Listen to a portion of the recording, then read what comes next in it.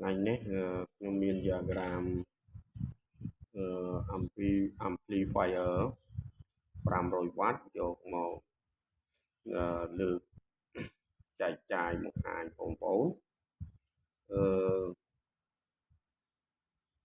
ចំពោះ ampli diagram នេះចំពោះ diagram ampli នេះ500 W នេះជា driver ទេមិនន័យថាជា driver ទេអញ្ចឹងយើងអត់បាននេះគូកន្លែង power signal out power signal out នោះគឺសំឡេងចេញរបស់ ampli ហ្នឹងអញ្ចឹងយើងអត់បានគូទេអញ្ចឹងយើងមើលបន្តិចទៅបងប្អូនតាមដានមើលបន្តិចទៅចំពោះ driver នេះdiagram driver ampli 500 W នេះយើងឃើញត្រង់នេះយកភ្លើងពី minus ទៅចិញ្ចឹមជាង B នេះ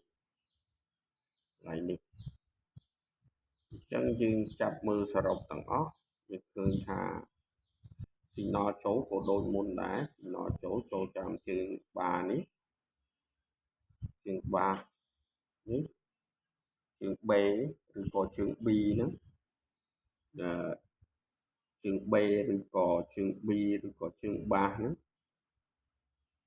អញ្ចឹង signal ចូល signal in ហ្នឹងចូលតាម capacitor 1 microfarad ហើយមាន resistance 33 គីឡូចុះម៉ាស់អញ្ចឹងជើងរបស់វាស៊ីភ្លើងបូតជើងរបស់វាស៊ីភ្លើងបូតត្រង់ស្ទើរហ្នឹងជើងរបស់វាស៊ីភ្លើងបូតplus ជើង C របស់វា collector ស៊ីភ្លើងដក minus នេះអញ្ចឹងយើងឃើញ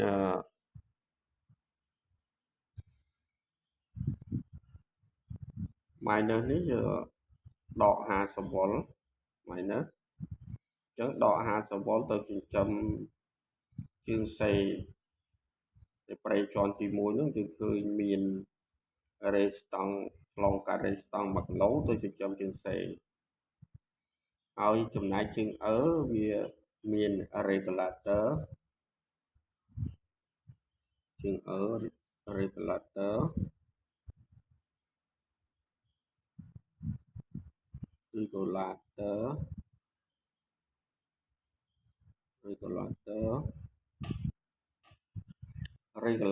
នេះ regulator នេះមានភ្លើងបូក plus ចូលតាម resistance 820 អូមចូលជើង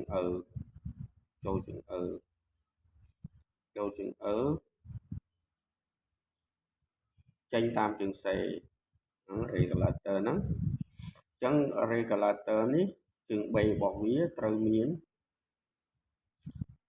នេះភ្លើងបូក plus នេះឆ្លងកាត់តាមយ៉ូត2គ្រាប់នេះចូលមកជើង B ហ្នឹងភ្លើងបូកចូលមកជើង B plus ហើយជើងដកនេះជើង B ហ្នឹងត្រូវមានភ្លើងដកទៅចិញ្ចឹមអញ្ចឹងភ្លើងដកចូលជើង B ដែរមានភ្លើងបូកផងភ្លើងដកផង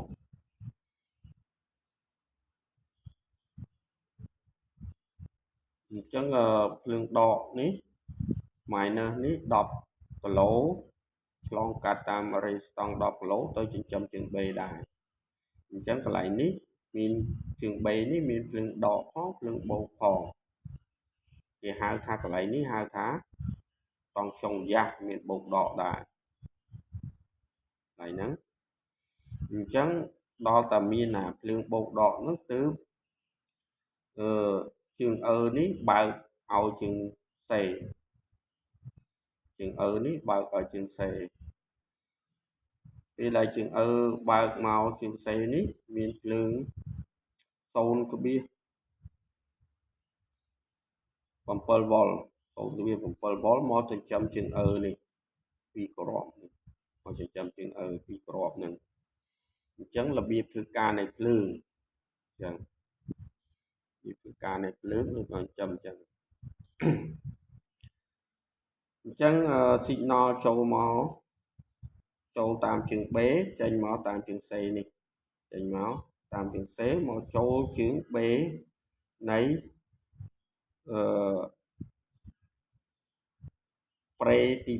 2ប្រេជាន់ទី2នេះប្រេទី1នេះប្រេទី2អញ្ចឹង signal ចូលមកប្រេទី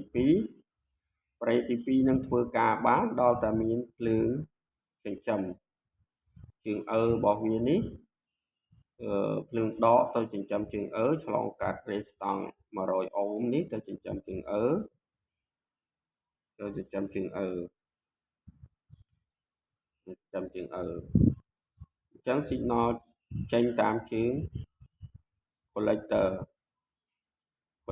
នេះចេញមកទៀតចេញមកជើង B ជើង B ហ្នឹងជើង bass ហ្នឹងមក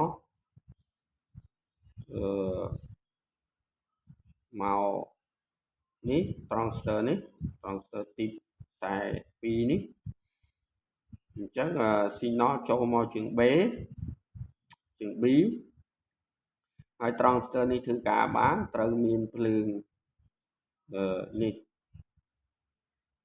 ជើង C របស់វាមានភ្លើងដកមាន minus មានភ្លើង minus ទៅចិញ្ចឹមជើង C collector ហ្នឹងអញ្ចឹងយើងនិយាយដល់ត្រឹមហ្នឹងអញ្ចឹង signal មួយចំនួននេះឡើងទៅលើទៀត signal នេះឡើងទៅលើ signal មួយទៀតឡើងទៅលើឆ្លងកាត់តាមរេស្តង់នេះ33 អូមឆ្លងកាត់តាមយ៉ូតនេះយ៉ូត3គ្រាប់នេះមកនេះជើង C នេះជាប់មកជើង C នេះជើង collector ហ្នឹង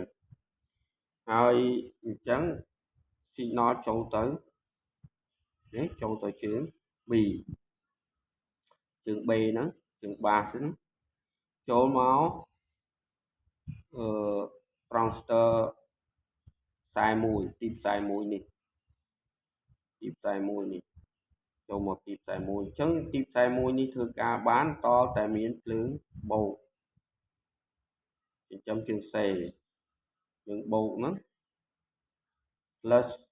50 វ៉ុលហ្នឹងមកចិញ្ចឹមជើង collector មកចិញ្ចឹមជើង collector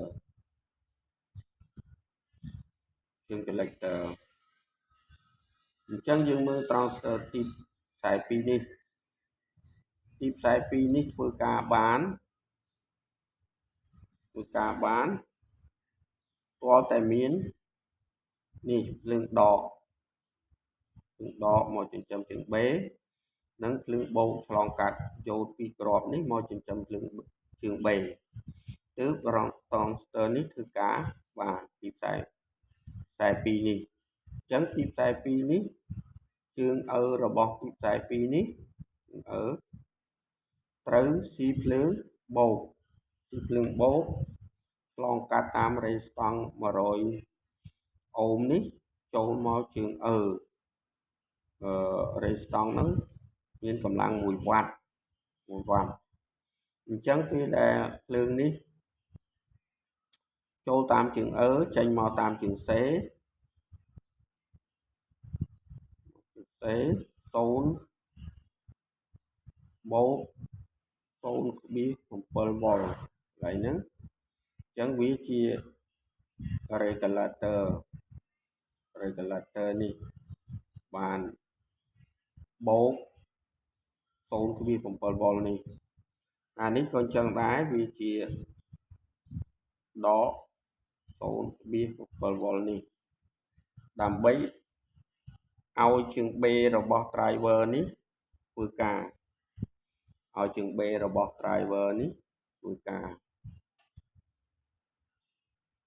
B របស់ driver នេះធ្វើការ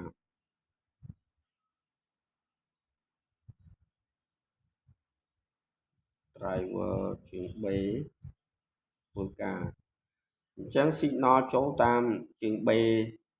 ជើង bass ទីផ្សាយ1និងទីផ្សាយ2នេះគឺវា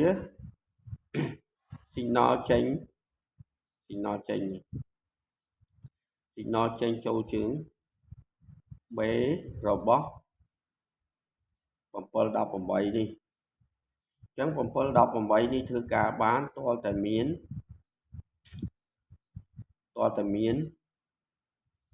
ភ្លើងបូកចិញ្ចឹមជើងសេចិញ្ចឹម collector អញ្ចឹងមានភ្លើងបូកចិញ្ចឹម collector ចិញ្ចឹមជើងសេទើប transistor នេះធ្វើការនេះ output emitter នេះ output emitter អញ្ចឹងអានេះក៏ដូចគ្នាដែរ transistor នេះ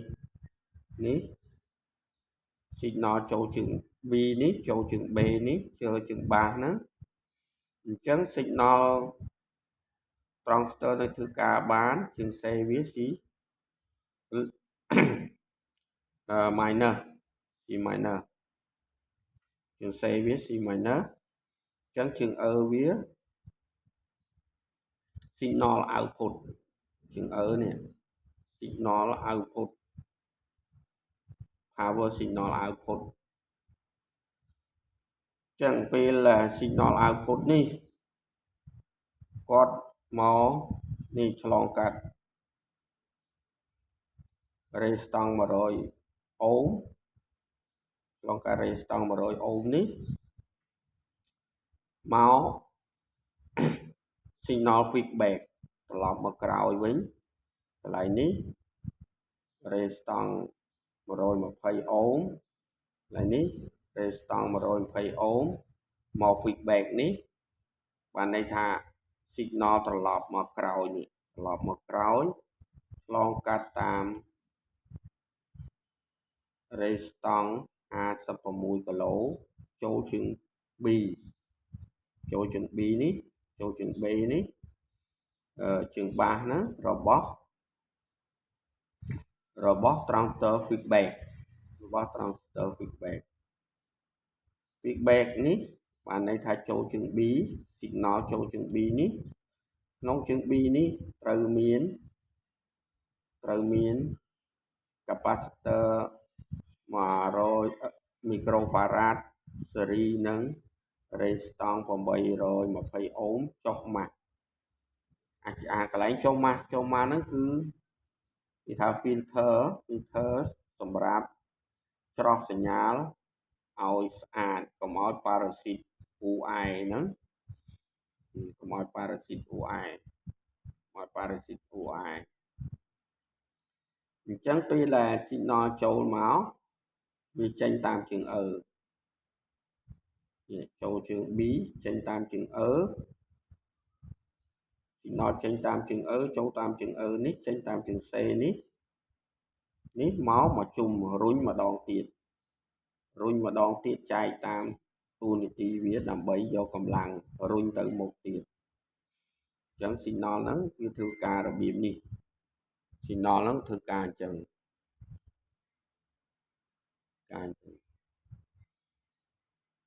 signal ធ្វើការអញ្ចឹងពេលដែលទៅ SP ចេញទៅ overler នេះមាន capacitor 104នេះស៊េរីនឹង resistance 10 អូម10 អូមនេះយើងដាក់វ៉ាត់ឲ្យធំ2វ៉ាត់ទៅ5វ៉ាត់ទៅ2វ៉ាត់ទៅ5វ៉ាត់ទៅដាក់វ៉ាត់ធំតិចទៅចុះម៉ាស់សម្រាប់ filter សម្រាប់ច្រោះសំឡេងប៉ារ៉ាស៊ីត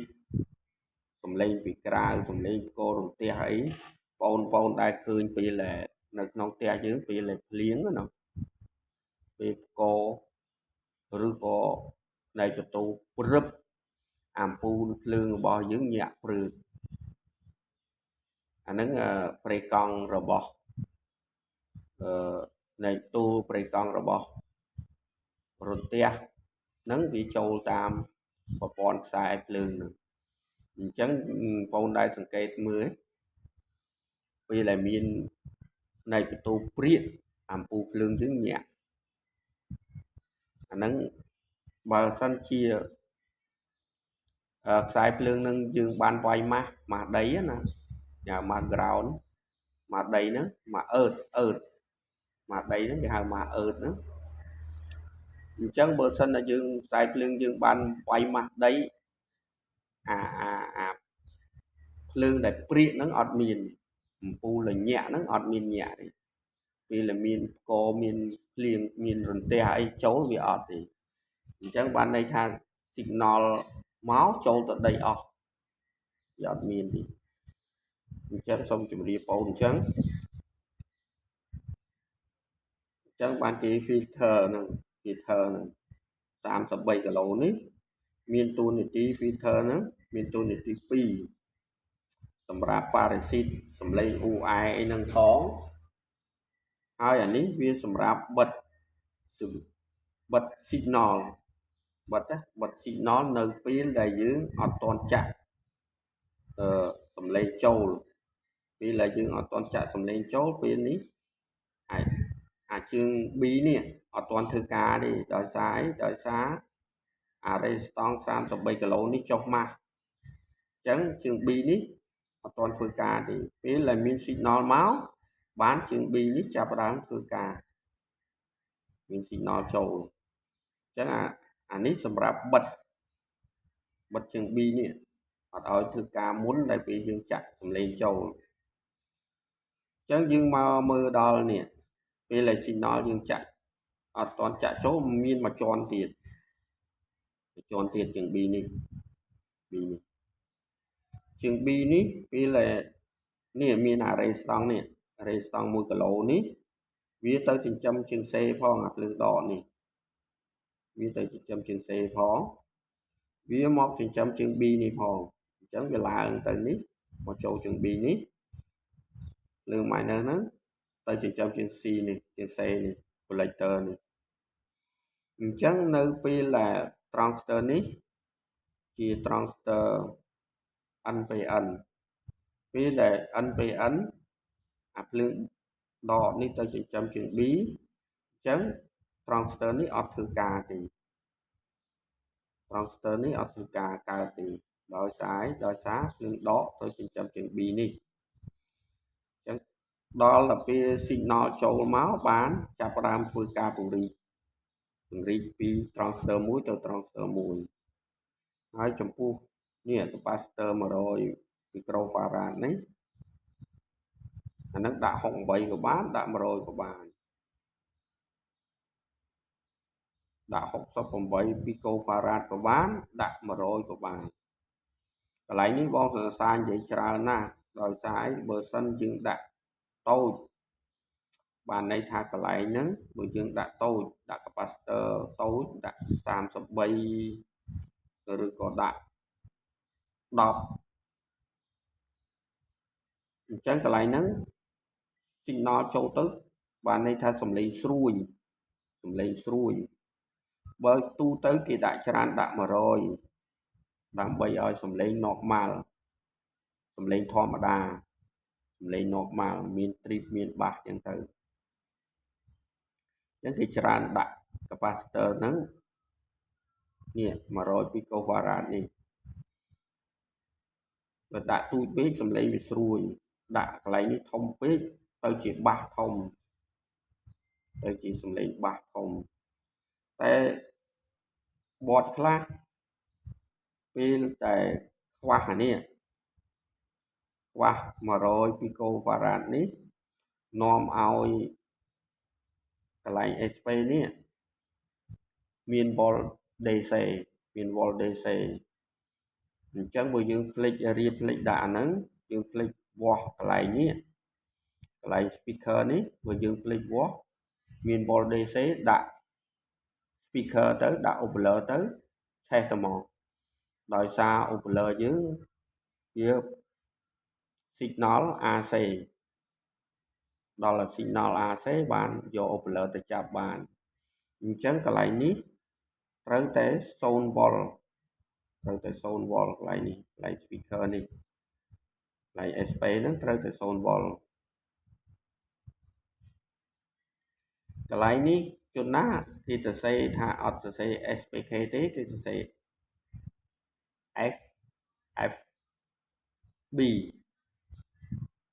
FB បងអូនដែលចាប់អារម្មណ៍អសពីរនេះកន្លែងខ្លះគេសរសេរ SPK បានន័យថាកន្លែងហ្នឹងកន្លែង overler កន្លែងចាប់ overler កន្លែងចាប់ speaker មកពីពាក្យ SPK នេះ SPK នេះហ្នឹងមកពីពាក្យoverler ហ្នឹងហើយដល់អាពាក្យនេះមកពីពាក្យ feedback បានន័យថាសញ្ញាត្រឡប់ក្រោយនេះពាក្យនេះ SB នេះ feedback សញ្ញាត្រឡប់ក្រោយសញ្ញាត្រឡប់ក្រោយ signal ណា signal ត្រឡប់ក្រោយ signal ត្រឡប់ក្រោយអញ្ចឹងដើម្បីអានេះ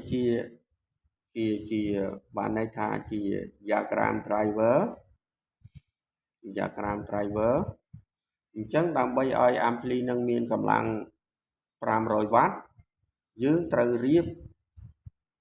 នេះ transfer power output signal នេះត្រូវរៀប5គូត្រូវរៀប transfer នេះ5គូទៀតដើម្បីដាក់ឲ្យវាខ្លាំងដើម្បីឲ្យបាន500 W អញ្ចឹងដាក់5គូទៀតវាឡើង5គូវា10 transfer អញ្ចឹង10 transfer 10 transfer អញ្ចឹងបងអូនមើលអានេះទៀតនេះ capacitor ចុះម៉ាស់នេះ capacitor ចុះម៉ាស់2នេះ capacitor ចុះម៉ាស់2នេះបានន័យថាភ្លើងនេះ minus 50 V អញ្ចឹងបើយើងអត់ដាក់ capacitor នេះទេបានន័យថាយើងពេលដែលយើងចាក់យើងលេង ampli ហ្នឹងយើងលេងយើង play ហ្នឹងបានន័យថាពេលដែលយើងអត់ដាក់ capacitor 1000 microfarad នេះទេបានន័យថាភ្លើងនេះស្រុតចុះបាត់បង់ភ្លើងនេះស្រាប់តែចាក់ទៅនៅសល់តែ45 V ឬក៏40 V អញ្ចឹងគេដាក់ capacitor នេះសម្រាប់លំនឹងអា50 V នេះលំនឹងវាឥឡូវក៏ដូចគ្នាដែរគេដាក់ capacitor ចុះម៉ាស់ហ្នឹងសម្រាប់លំនឹងអា50 V នេះកុំឲ្យស្រុតកុំឲ្យបាត់ណាកុំឲ្យបាត់ភ្លើងស្រាប់តែយើងចាក់ក្តឹងភ្លើងស្រុតនៅសល់40 V ឬក៏45 V អញ្ចឹងគេត្រូវដាក់ capacitor នេះមួយទៀតដើម្បីចុះម៉ាស់នេះវាជាលំនឹងភ្លើងផងជា filter ផង filter ផង filter សម្រាប់បំបត្តិប៉ារ៉ាស៊ីតពីក្រៅផងអញ្ចឹងបានគេដាក់ capacitor នេះចុះម៉ាស់កន្លែង104ចុះម៉ាស់នេះហើយស៊េរីនេះក៏គេសម្រាប់បំបត្តិប៉ារ៉ាស៊ីតដែរប្រេកង់អញ្ញែពីក្រៅមកគឺចុះម៉ាស់អស់បំបត្តិប្រេកង់រំខានចុះម៉ាស់ប្រេកង់រំខានណាអញ្ចឹងបានបញ្ជាក់បងប្អូនថានេះជា driver បានន័យថាជា driver ជាអ្នករុញឲ្យជាអ្នកបើកបរឲ្យអញ្ចឹងកាលណា driver នេះខ្លាំងរុញទៅឲ្យពីសង់5គ្រាប់មកទៅឲ្យ power output signal 5គ្រាប់នោះ 5គូ5គូនោះរុញឲ្យខ្លាំងអញ្ចឹងបានគ្រប់វ៉ាត់វា500វ៉ាត់នេះជា driver នឹងបងប្អូនកុំច្រឡំ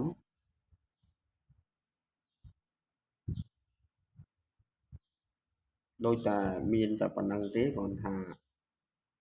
បងប្អូនចេះតែមើលហើយមើលទៀតមើលហើយមើលទៀតទៅវានឹងបានការយល់ដឹងខ្លះមិនមែនរៀនមួយថ្ងៃចេះទេបងប្អូនអញ្ចឹងតើបងប្អូនមើលហើយមើលទៀតមើលហើយមើលទៀតចំពោះដែលបងប្អូនកំពុងសិក្សាមើលហើយមើលទៀតមើលហើយមើលទៀតដើម្បីយកចំណេះដឹងខ្លួនយើងបើយើងមិនបានសិក្សារាល់ពេលទេបានន័យថាយើងចាប់អត់ទាន់អញ្ចឹងមើលហើយមើលទៀតមើលហើយមើលទៀតថ្ងៃណាមួយបងប្អូននឹងយល់ច្បាស់